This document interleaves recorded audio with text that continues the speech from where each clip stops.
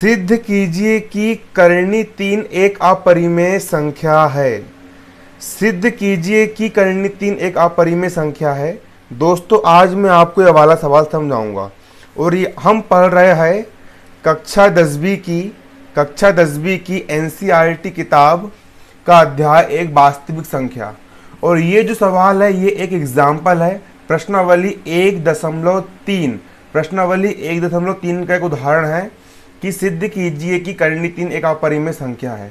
उसके लिए आपको सबसे पहले ये पता होना चाहिए कि अपरिमेय संख्या किसे कहते हैं। तो देखिए दोस्तों, अपरिमेय संख्या किसे कहा जाता है, आप अच्छे समझ लीजिए अपरिमेय संख्या किसे कहा जाता है। देखिए, आप जानते हो परिमेय संख्या किसको बोलते हैं?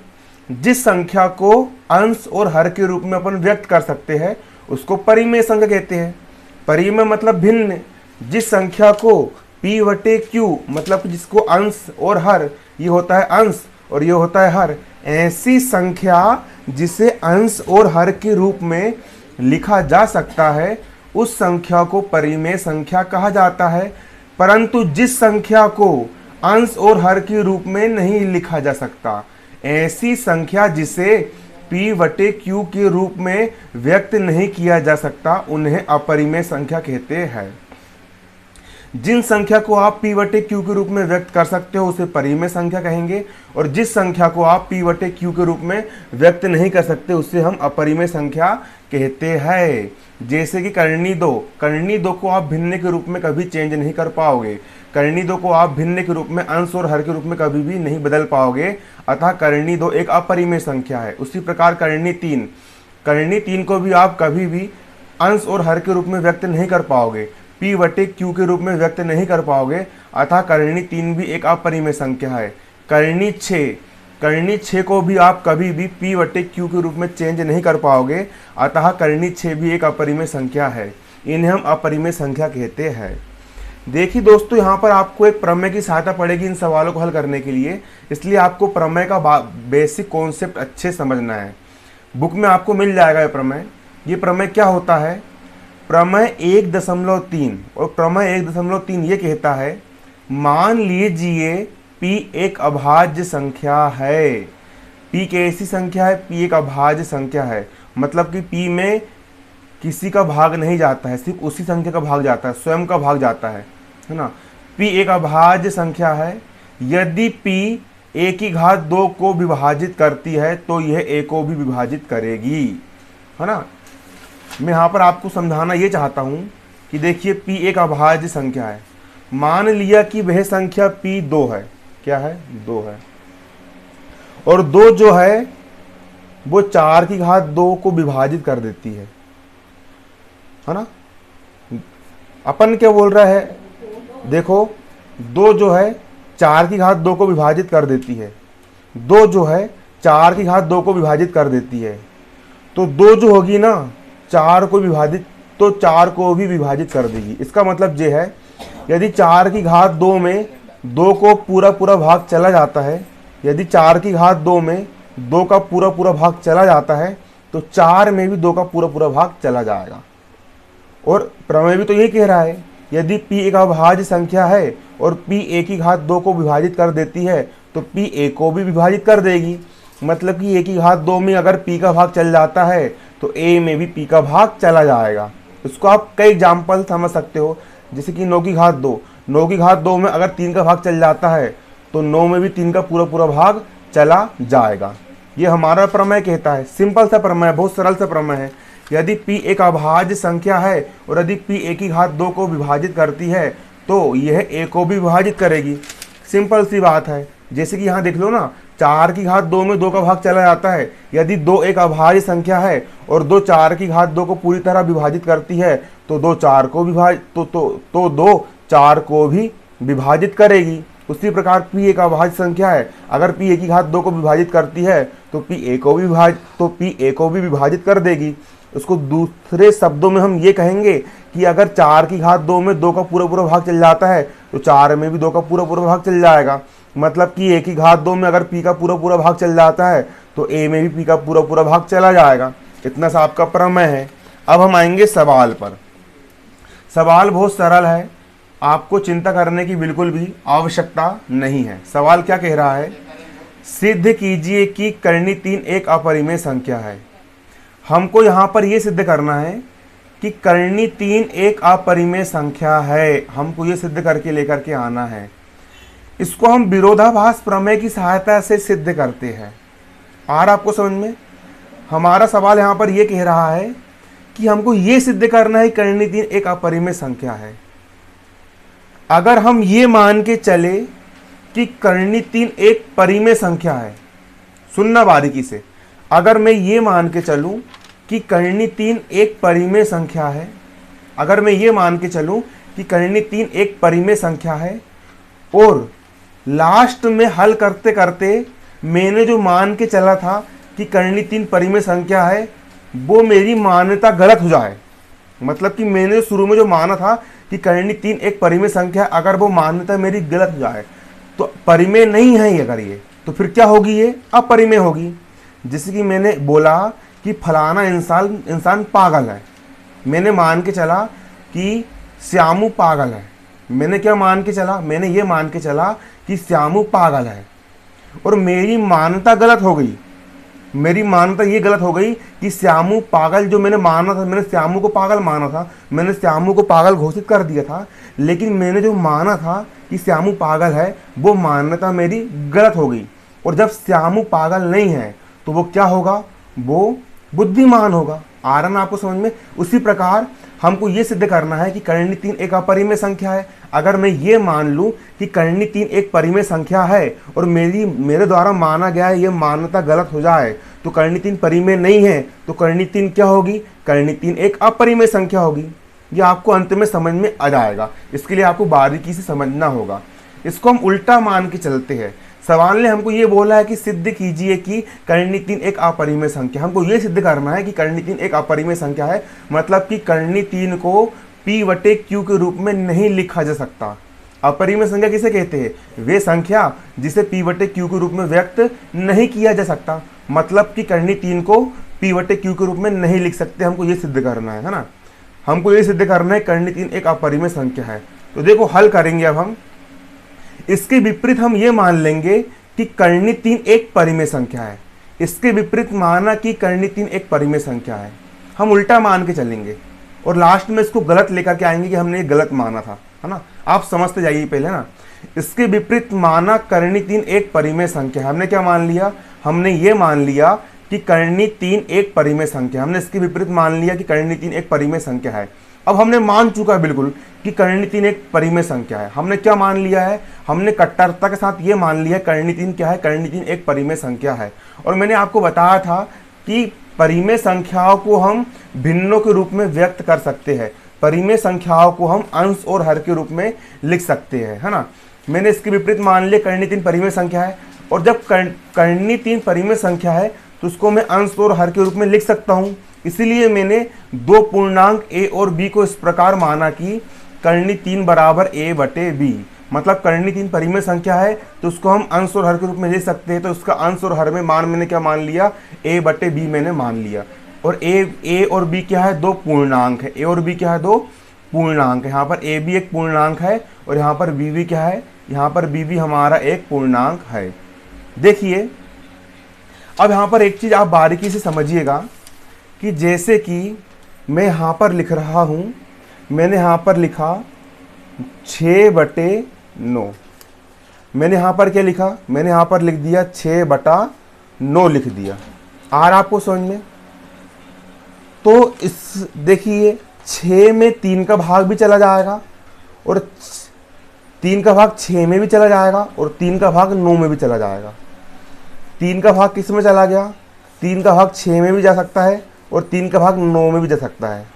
मतलब कि 6 और 9 दोनों को 3 विभाजित कर सकता है, मतलब कि 6 और 9 दोनों में 3 का भाग जा सकता है। मतलब कि यहाँ पर 3 जो है, 3 6 का और 9 का एक उभयनिष्ठ गुणनखंड है। यहाँ पर 3 क्या है, यहाँ पर 3 6 का और 3 9 का एक उभयनिष्ठ गुणनखंड है। किंतु अगर मैं 3 से काट दूँ, 3 दूनी 6 बटे का बटे 3 तिया 9। अब यहाँ पर संख्या आ गई 2/3।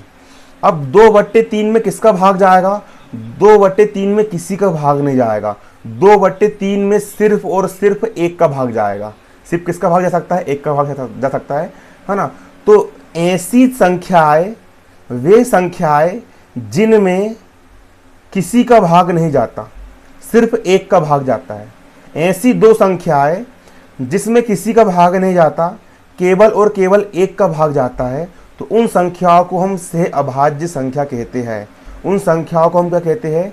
उन संख्याओं को हम सह अभाज्य संख्या कहते हैं। 6 और 9 सहभाज्य है, परंतु 2 और 3 सह अभाज्य है, क्योंकि सह अभाज्य का मतलब ये होता है कि इन संख्याओं में सिर्फ और सिर्फ एक का भाग जाएगा, एक के अलावा किसी का भी भाग नहीं जाएगा।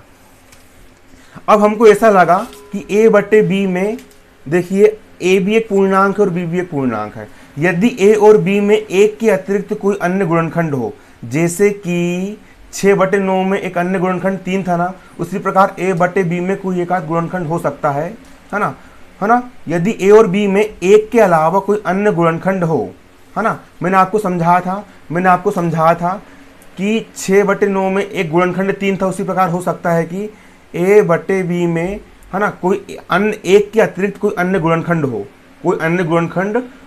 तो हम क्या करेंगे? उस गुणनखंड से भाग दे देंगे, और जब हम उस गुणनखंड से भाग देंगे तो जो नई संख्या बनेगी वो सह अभाज्य होगी। जैसे कि 6/9 था, 6/9 में एक के अतिरिक्त एक अन्य गुणनखंड 3 था, तो 3 से जब मैंने 6 और 9 को भाग दिया तो 2/3 आया था, और 2/3 जो संख्या थी यह सह अभाज्य संख्या थी।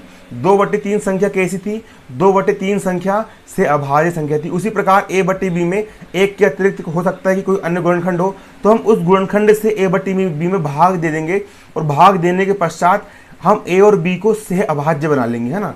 आया आपको समझ में? गुणनखंड हो तो हम उस उभयनिष्ठ गुणनखंड से भाग देकर a तथा b को हम क्या बना लेंगे?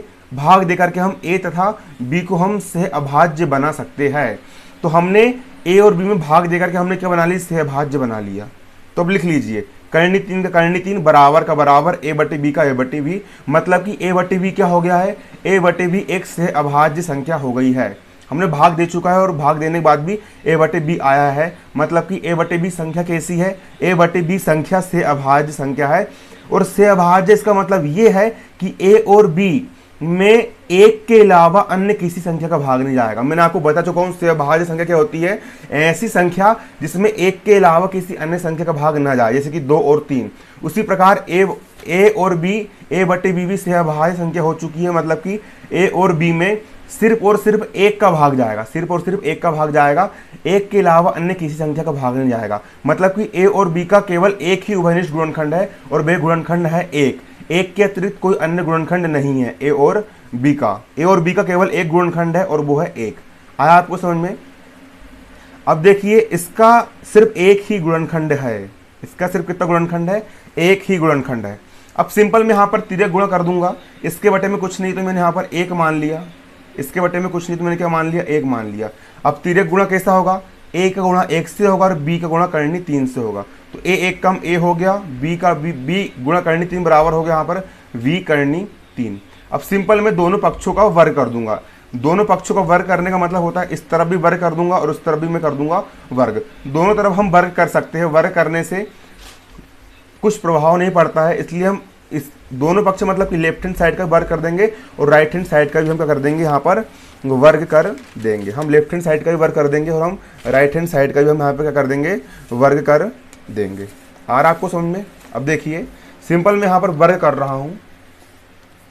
देखिए, मैं यहाँ पर सिर्फ क्या कर रहा हूँ? वर्ग कर रहा हूँ। तो यहाँ पर मैंने वर्ग कर दिया, यहाँ पर a की घात 2 हो गया। फिर यहाँ पर v करनी 3, यहाँ पर है b करनी 3, तो मैंने यहाँ पर b करनी 3 का होल वर्ग कर दिया। a की घात 2 का a की घात 2 बराबर का बराबर, कोष्टक का वर्ग है मतलब कि इसका भी वर्ग होगा और इसका भी वर्ग होगा। b का वर्ग मतलब कि b की घात 2, करनी 3 का वर्ग मतलब वर्ग से करनी कट गई तो यहाँ पर बचा 3। देखिए, करनी 3 का वर्ग है ना, तो वर्ग से करनी कट जाती है, तो यहाँ पर सिर्फ कितना बचेगा? 3 बचेगा। यहाँ पर सिर्फ कितना बचेगा? 3 बचेगा। अब ये दोनों बराबर है, इसको मैंने इस तरफ लिख लिया, इसको मैंने इस तरफ लिख लिया, इसको हम आगे पीछे करके लिख सकते हैं। तो b की घात 2 × 3 को मैंने इस ओर लेकर के आ गया, बराबर का बराबर a की घात 2 को मैंने इस ओर लेकर के आ गया। ये हो गया हमारा समीकरण 1। अब देखिए दोस्तों, अब हम पक्षांतर कर देंगे। यहाँ पर 3 जो है ना वो गुणे में है। किसके गुणे में है? b की घात 2 के गुणे में है। बीच में कोई चिन्ह नहीं है, मतलब कि यहाँ पर इनटू का चिन्ह है, मतलब कि यहाँ पर मल्टीप्लाई का चिन्ह है। यहाँ पर किसका चिन्ह है? मल्टीप्लाई का चिन्ह है। यहाँ पर 3 जो है ना, 3 यहाँ पर गुणे में है, 3 यहाँ पर गुणे में है।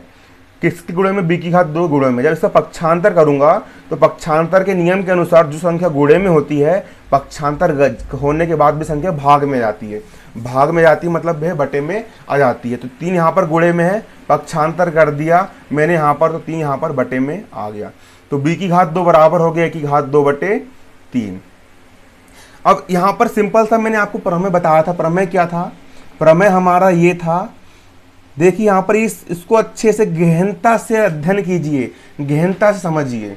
इसमें लंबा समय लग रहा है, लेकिन अगर आपको ये सवाल अच्छे समझ में आ गया ना तो पूरे सवाल आप चुटकियों में कर जाओगे। अब यहाँ पर देखना, इसका मतलब क्या है? a की घात 2 में 3 का भाग जा रहा है। a की घात 2 बटे 3 का मतलब क्या है? 3 जो है ना, 3 a की घात 2 को विभाजित करता है।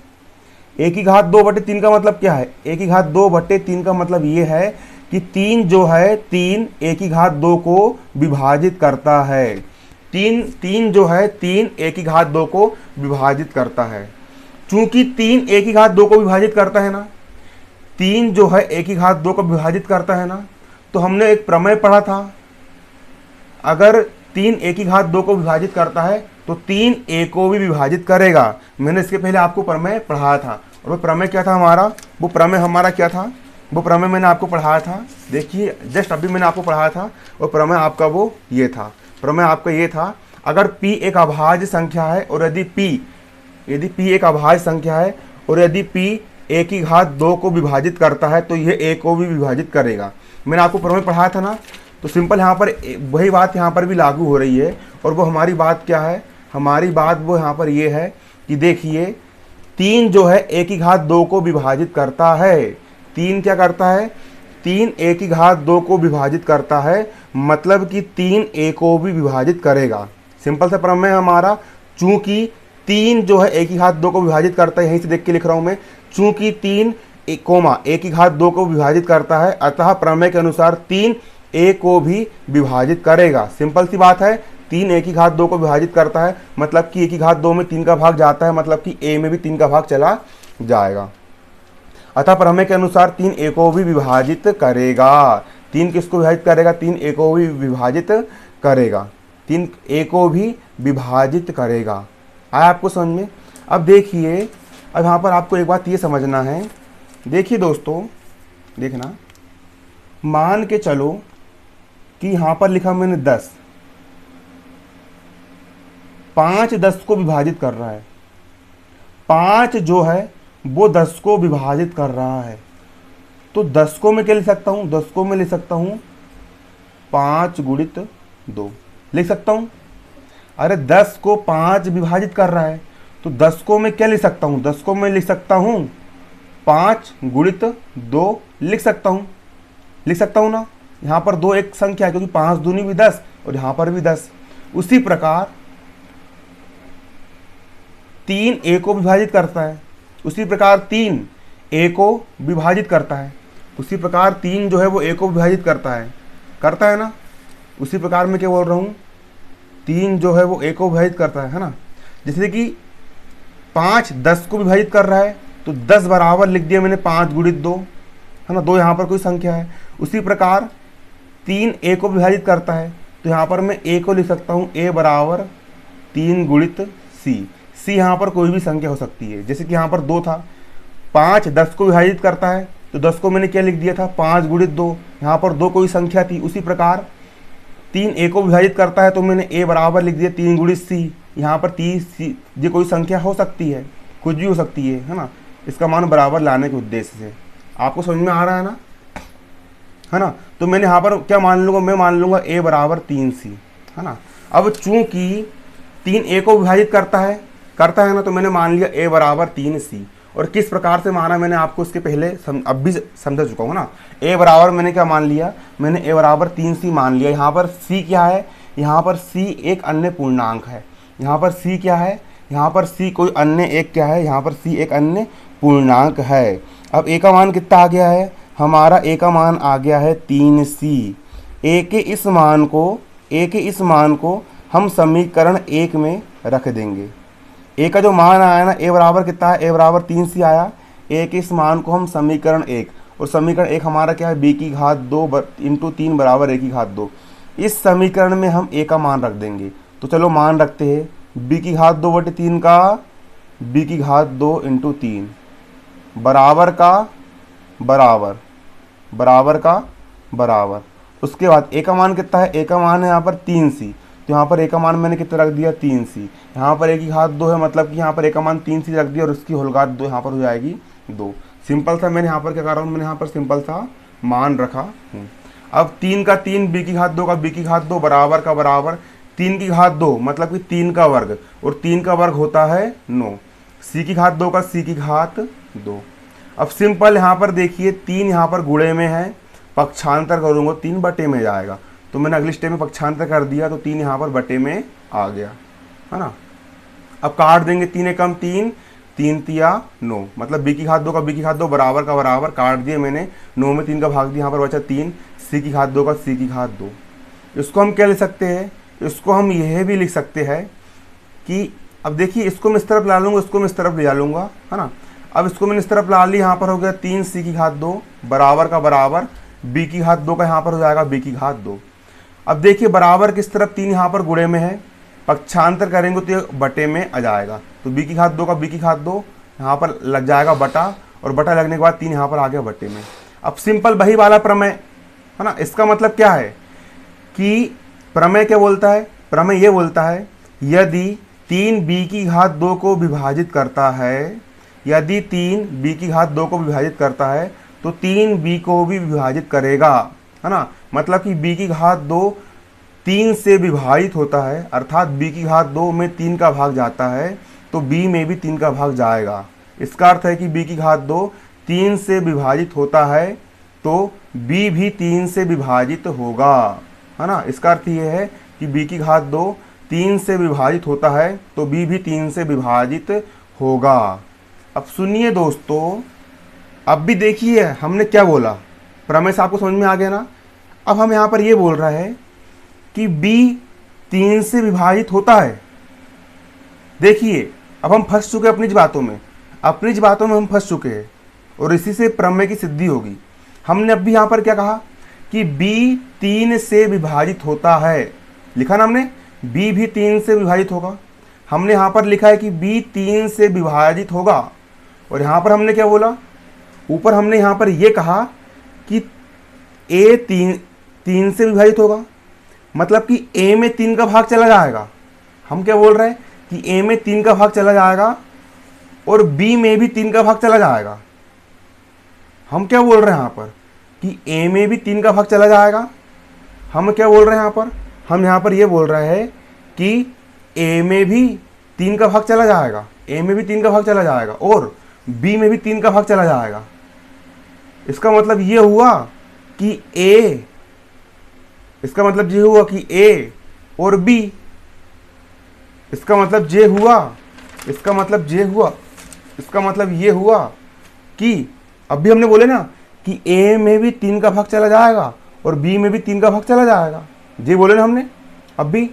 इसका मतलब ये हुआ कि a और b से अभाज्य संख्या नहीं है। क्यों नहीं है, क्योंकि हमने अभी, क्योंकि देखिए सहभाज्य संख्या किसको बोलते हैं, वे संख्याएं जिनमें सिर्फ एक का भाग जाएगा और एक के अलावा अन्य किसी भी संख्या का भाग नहीं जाता है, उसको हम सहभाज्य बोलते हैं। लेकिन अभी हमने क्या लेकर के आया, अभी हमने ये लेकर के आया कि a में भी 3 का भाग चल जाएगा और b में भी 3 का भाग चला जाएगा। इसका मतलब सीधा सा ये हुआ ना कि a और b सहभाज्य नहीं है, क्योंकि 3 इनका एक उभयनिष्ठ गुणनखंड है, क्योंकि a में भी 3 का भाग चल जा रहा है, b में भी 3 का भाग चल जा रहा है। परंतु यहाँ पर हमने क्या कहा, यहाँ पर तो हमने ये कहा कि a और b से अभाज्य है। हमने एक तो यहाँ पर बोल दिया भैया कि a और b से अभाज्य है, और यहाँ पर जब हमने यहाँ पर कहा कि a और b से अभाज्य है, तो फिर यहाँ पर और फिर वहीं पर हमने उल्टा कर लिया। इसका उल्टा मतलब कि हमको विरोध प्राप्त हो गया, विरोध कर रहा है और ये तथ्य इसका विरोध कर रहा है। क्यों विरोध कर रहा है? क्योंकि इसलिए विरोध कर रहा है कि हमने यहाँ पर ये कहा कि ए में 3 का भाग भी चल जाएगा और बी में भी 3 का भाग चला जाएगा।